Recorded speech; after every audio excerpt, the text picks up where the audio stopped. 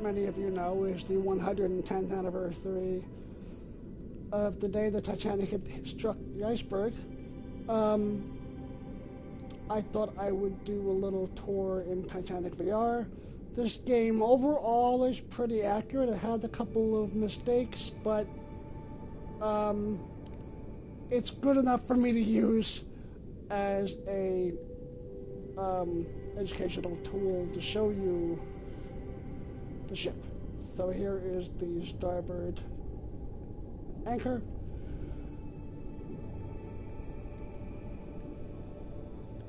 I'm going to go up a little bit here. You can see the railing on the forecastle deck, or as some call the forecastle. Now, if you've seen the movie, this is where Jack and Rose did the whole flying thing. You know, I'm flying.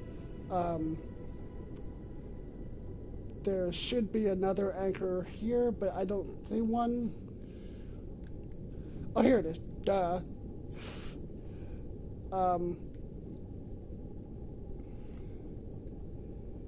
Okay. This is the anchor crane. Now, when the ship hit the seabed, this crane, which was normally perpendicular to this angle, swung around when it hit the seabed.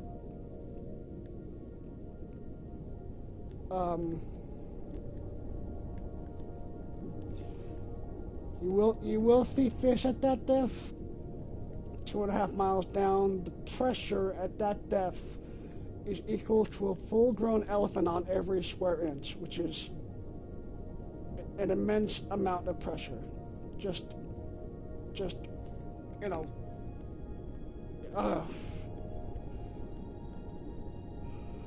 The wreck was discovered on September 1st, 1985, by Dr. Robert Ballard and his team, a United States, American and French joint expedition.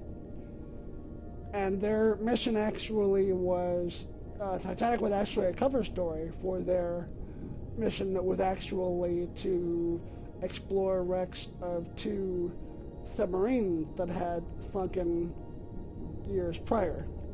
So, this is the #1 cargo hatch.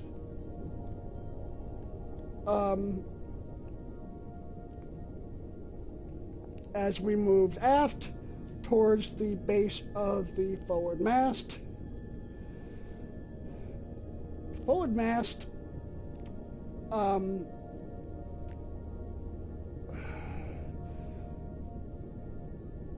exactly when it fell over, probably when the ship broke in two, and the momentum of the ship breaking in two snapped the mast. And clearly the ship went through a lot of stress and going down, the kind of like an airplane flying through the air, but the ship was not designed to go through that. So it went through 2.5 miles of water. It took about 10 minutes for her to hit the bottom, about roughly. So this is the crow's nest. This is one of the inaccuracies of the game, because when the wreck was found in 1985, the crow's nest was here. But shortly after the wreck was found, it was knocked off by a passing submersible and knocked into one of the cargo hatches below. So the 2 lookouts that were on duty, on the night of April 14, 1912, it was I'm sorry, my brain is a little slow and I wasn't prepared. It was the Titanic was spotted by lookout Frederick Fleet, and Reginald Lee, I believe, was his second lookout. So they would climb up inside the mast, up a ladder. I imagine that was a very cramped little space. They had to climb up all the way up the mast. So the crow's nest, when the mast was upright, the crow's nest was about at the same height as the bridge. But it was just more forward than the bridge, obviously. These are some of the cargo cranes, some of the other cargo hatches, the sea deck level, moving up.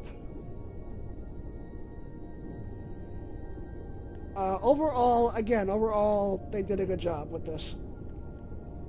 I will point out a couple of mistakes. I don't want to point out too many mistakes because we're here to talk about the Titanic overall. We're not here to talk about this game. Well, here's the telemotor where this is where the helm was attached to. This is the wheelhouse. There was an identical telemotor up here in the forward wheelhouse, or was it the bridge? I don't know. There were two helms, one here and one forward, and the one forward was for when they were at shore, and they I guess needed to see better for, and there was a third helm on the stern.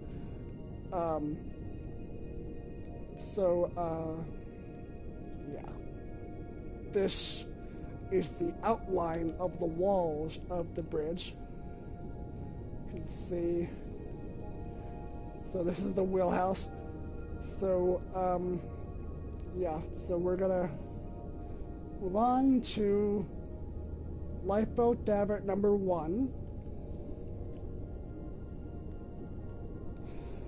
Most of the lifeboat davits were taken out by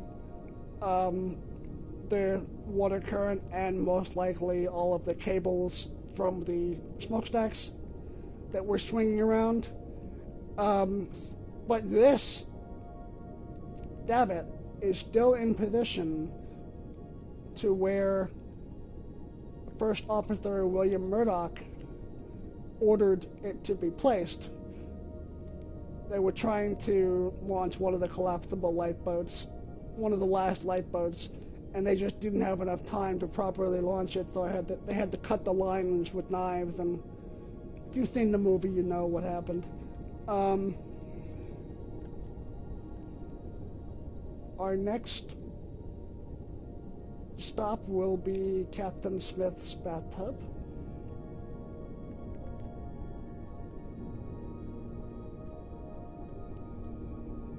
Right here. Unfortunately, you cannot see this in real life anymore because one of these walls have fallen down. It's sad, but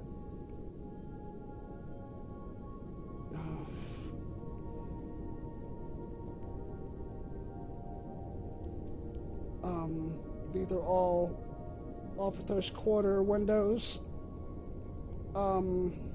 This is one of the expansion joints. The ship was 882.5 feet long. And when you have a ship that long, back then they decided to have these expansion joints to so the ship wouldn't snap or whatever. I don't know exactly. To relieve some of the stress of the overall structure of the ship. Okay, moving aft toward the grand staircase. This should be the grand staircase right here.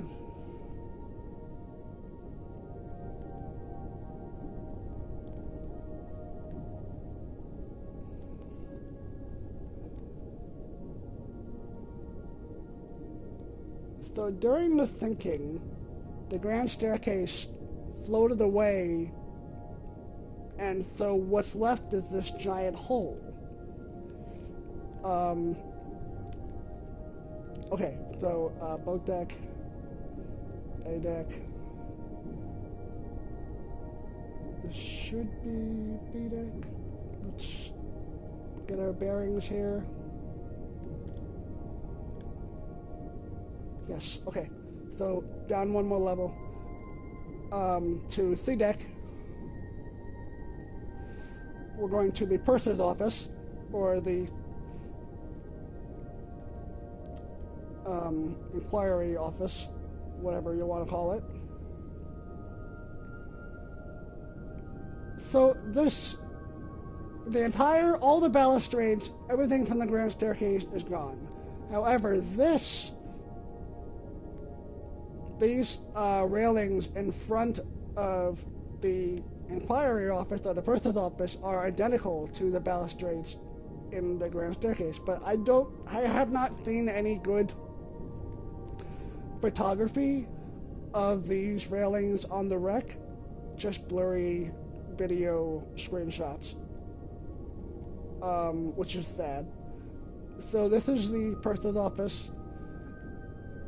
Here's one of the safes over here, and these brass tubes. You know when you go to the bank, the drive-thru at the bank, and they have those tubes that suck up the canister for the money? Those are called pneumatic tubes, and that technology has been around for a very, very long time. Hence these tubes. These are pneumatic tubes, just like the ones that you see at the bank drive-thru. So a passenger would come to here, first-class passenger would come here, and if they wanted to send a message to basically anywhere, they would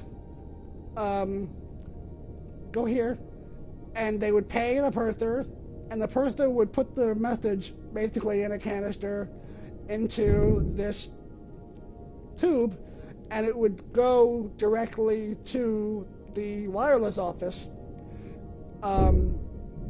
and vice versa. When a message was sent from someone to the Titanic, it would come from the wireless office to here, and most likely a steward would bring the message to the person, or the person would check their messages. I don't know.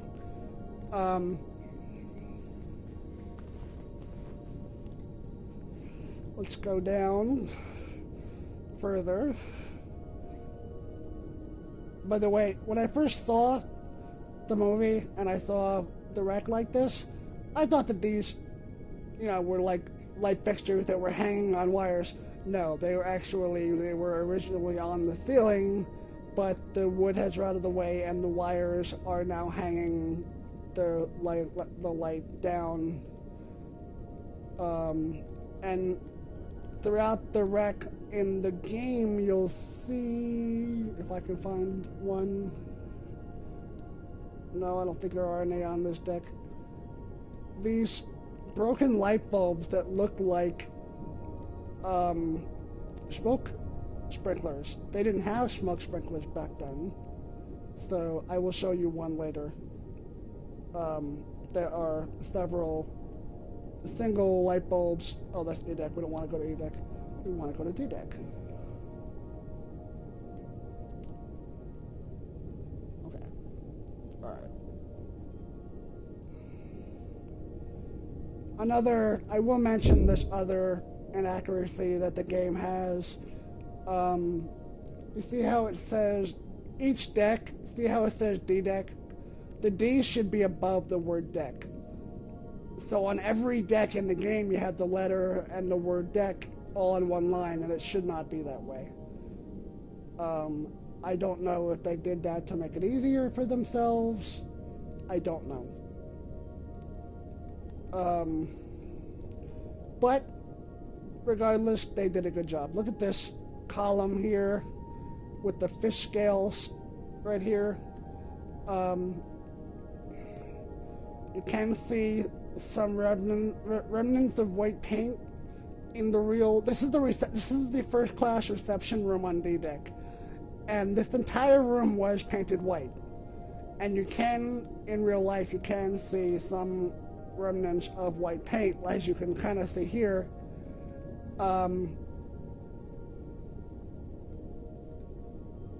I particularly like this angel face right here. She's just lovely. So these windows, as first photographed on the wreck during the Ghost of the Abyss expedition by James Cameron, did not break because when the bow sank very slowly. And so because the bow sank very slowly, she was full of water by the time she left the surface of the ocean. And so it kind of acted as a cushion in some areas. So some areas, like, many windows did not break because of that.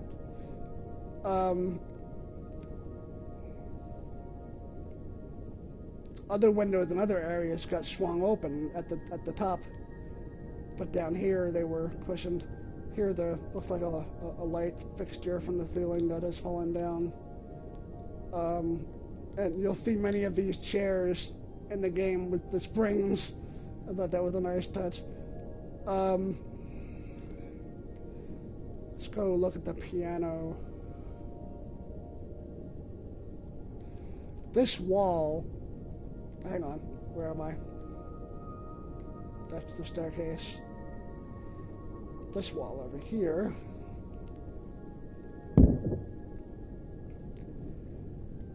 Behind this wall is actually a giant vent for one of these smokestacks. Over here is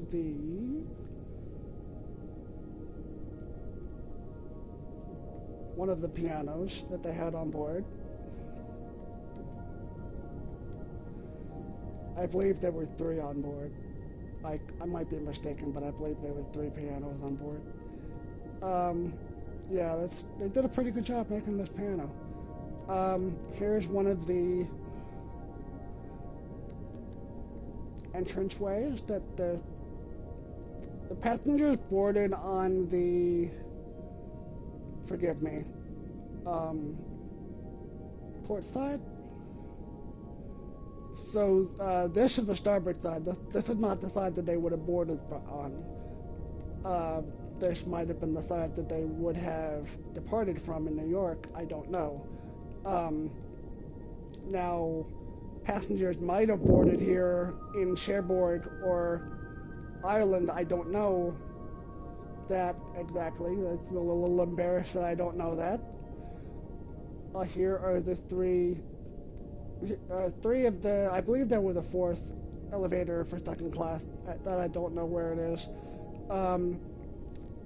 But they called them they were called elevators, but the British called them lifts.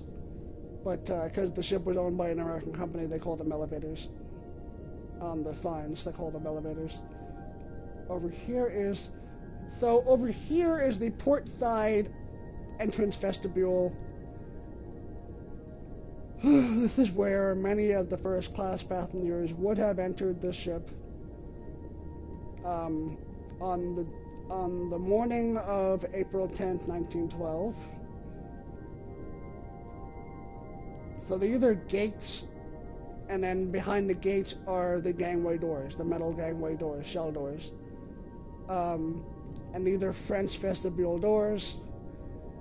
Okay, let's continue further down.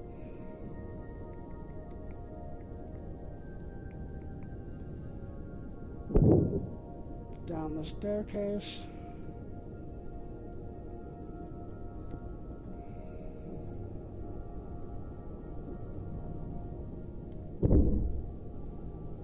I'm playing in sandbox mode, otherwise I would not be able to travel so far with the ROV.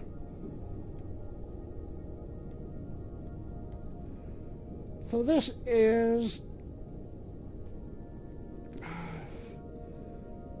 the watertight door, and behind this watertight door is the swimming bath. No one has seen this swimming pool in 110 years.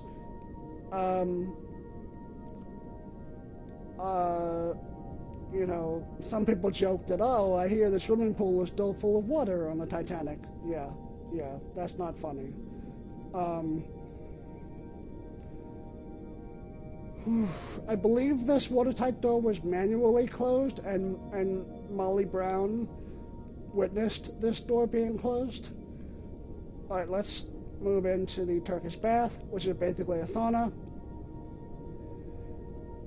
When James Cameron explored this room in 2005, I want to say it was,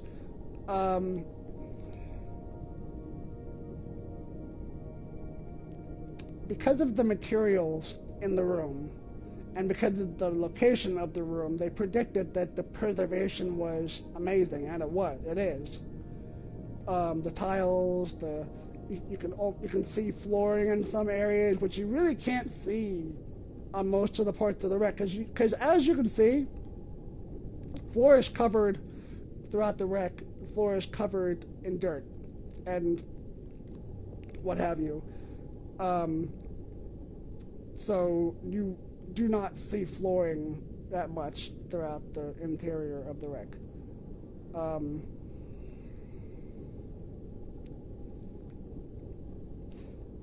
Okay, let's move out of here.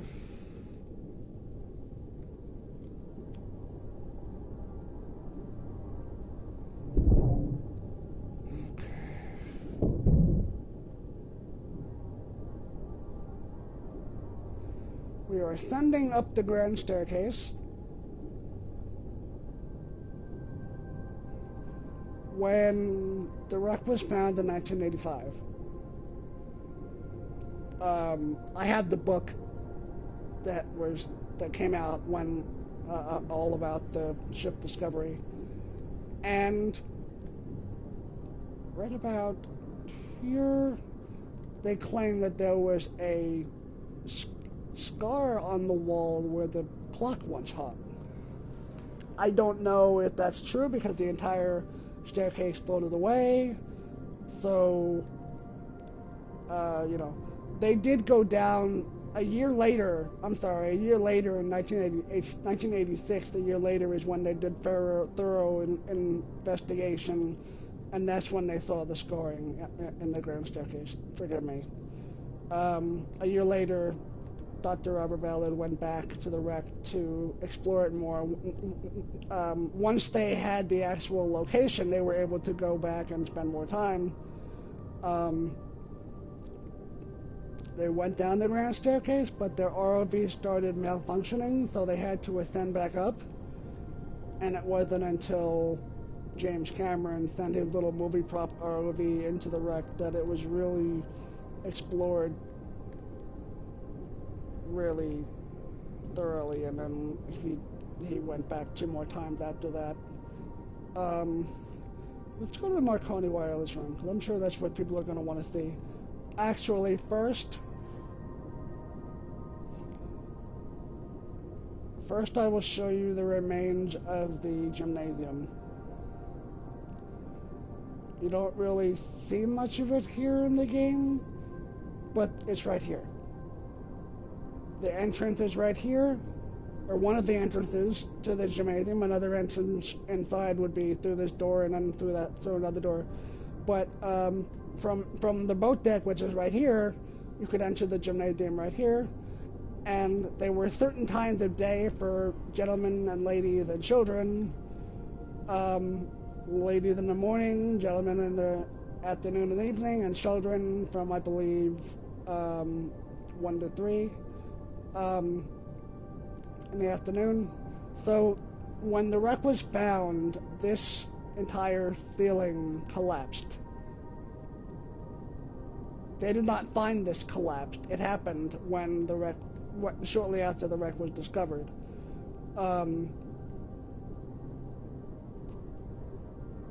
Yeah, so let's go to the Marconi wireless room.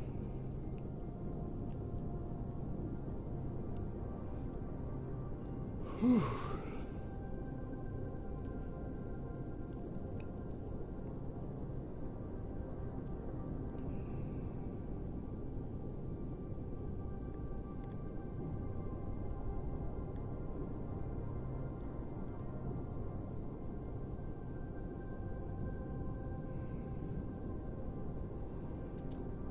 If you're still watching, thank you.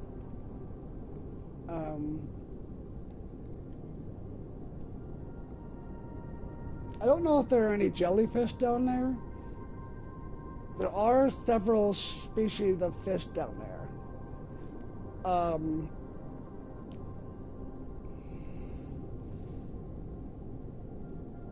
So let's go down the skylight of the Marconi Wireless Room.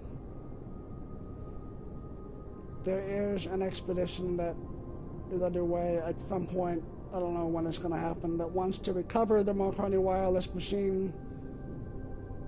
I'm not even going to comment on that because people are for it and some people are against it. But here is the actual manipulator that they would press. So you would press this button right here. I'm going to try to tap it with my... I can't actually tap it with my manipulator. But they would tap that. And there was so much other... There was so much, you know... All this...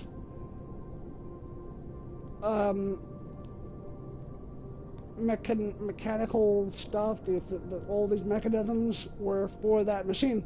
And this is the other end of the brass tubes that go from the inquiry office to the wireless office.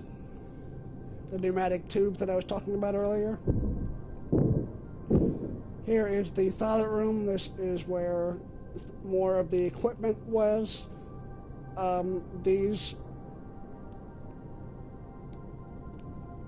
handles, these cranks are still in the position where Harold Bride turned them to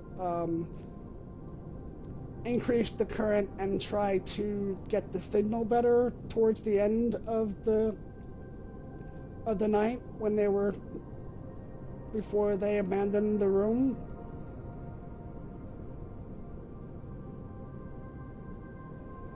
The night before, on April 13th, there was an error in one of the main antenna, I want to say, and so the Marconi wireless manual said that the two wireless operators were not to touch it. They were to run on this emergency coil right here that had a very limited range. So the two wireless operators did what they were absolutely not supposed to do, which is fix it themselves. Which I believe is this thing right here.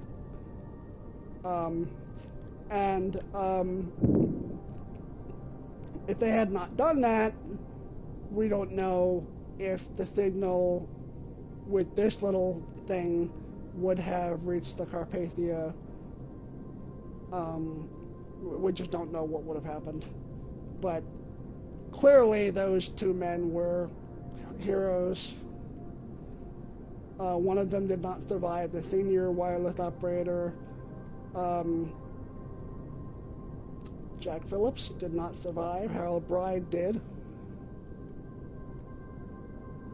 Here's one of those light bulbs that, you know, I can see people confusing for a water sprinkler, but it's actually a broken light bulb.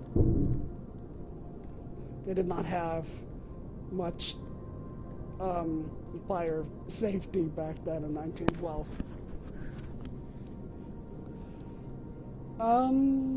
So we're gonna go up. I'm not sure what else to show you. We can go back to the bow, which is over here. I mean, this is the bow, but I'm at the front of the bow, the prow, the forecastle deck. This is the number one funnel opening.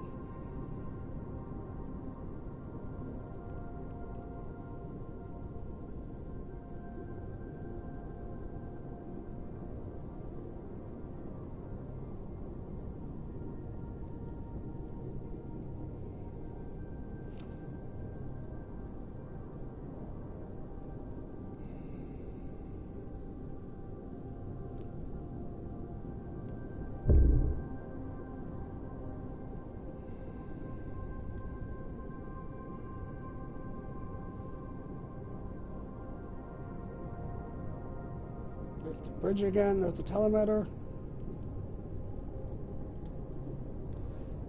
The game developer did a pretty good job recreating this telemeter. So we're going forward toward the forward well deck. The forward well deck is this little, it's like a pocket area in between the forecastle deck and the superstructure. These are the cargo cranes that we saw earlier.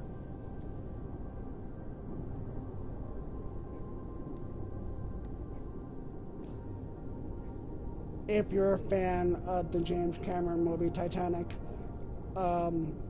Jack and Rose come out of, I want to say this door, after the car makeout, or rather, they didn't just make out scene, and they stand about here, and they had this little scene where they're like, you know, when the ship docks, I'm getting off with you. And then from over there, the crow's nest sees the iceberg, and then over here is the starboard edge of the forward well deck, where in that scene you can see the iceberg and some of the ice falling down.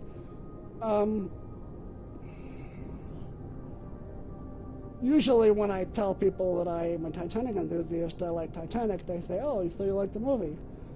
And I had to remind them that, no, yes, I like the movie, but it was a real event where people perished.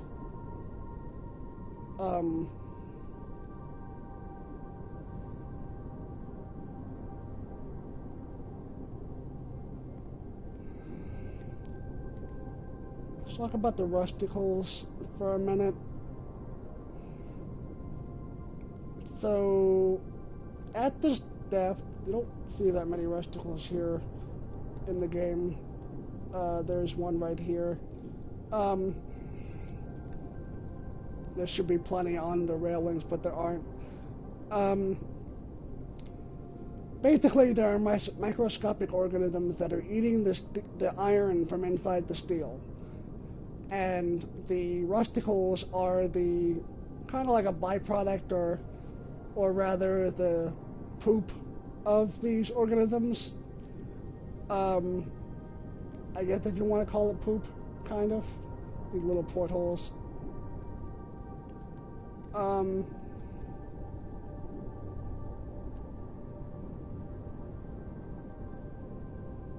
Wow, this is just... I imagine to actually dive down to this wreck and see it would be an amazing experience. We don't know exactly how long we have until the wreck completely disappears. I saw a magazine last year that said that it would disappear in a number of months, and I was like, what? No way.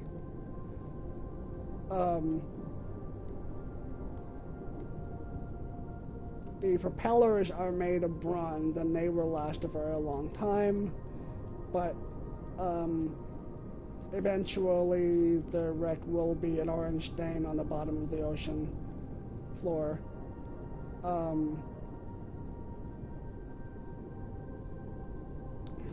Just look at this is the prow, this is the very tip of the bow. And not only because of the movie, but also because it was an iconic, very popular angle. It's a very pretty angle of the ship. So it wasn't just because of the movie that this part of the wreck is popular. It was always popular. It was always a popular part of the ship because it's a very pretty, the foremost forward part of the ship. It was the... I don't know what else to say, but she dug in all the way up to the anchor. Here is the port anchor. She dug in all the way up to the anchorage when she hit the bottom. which is pretty deep.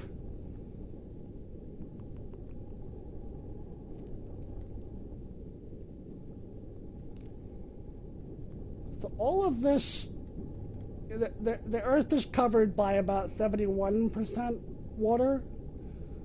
So this area was all completely, left alone for, forever, millions of years. And then this happens, disturbs the ground, and I'm sure the local fish, marine life were like, what is this? But now these rusticles represent nature taking Titanic, breaking Titanic down and taking her back to nature. But it's still a ship where people lost their lives. And I will close with a poem that I wrote 10 years ago for the 10th centennial. As I go down here. The poem is, it's very short. Under a veil of darkness, she lies plowing into the ocean floor as if still sailing on. So basically in my poem, my little line that I wrote, she dug into the seabed at the front of the bow here. Almost looks like she's still in the water. Well, she is in the water, but at the surface. Whew. Well, that is all I have for this video. Thank you all for watching, and Godspeed to the RMS Titanic. And if any family members of passenger or their crew watching, I'm so sorry for your loss. On the morning of April 15th, when the world awoke to the news of the Titanic sinking, the world was forever changed. The reports were kind of, different. Some newspapers said the ship sank. Some newspapers said the ship had been towed into port, and people did not know the full magnitude of the situation of what had happened until the survivors arrived in New York that rainy night on, I want to say, April 17th.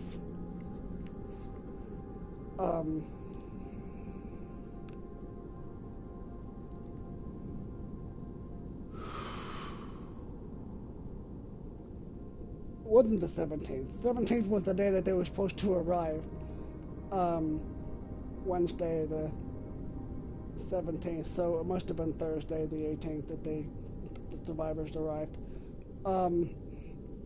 Because the Carpathia, the ship that picked them up, was a much smaller ship than the Titanic.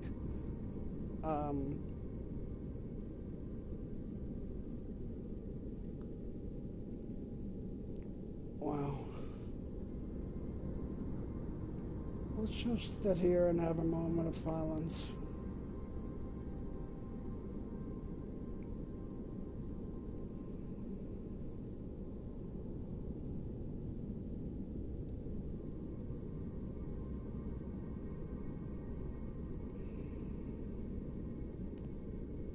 And I will close with thank you for watching, and rest in peace to all of the victims of this horrible tragedy. And yeah, thank you. Thank you, and have a nice day, and thank you for watching. Bye.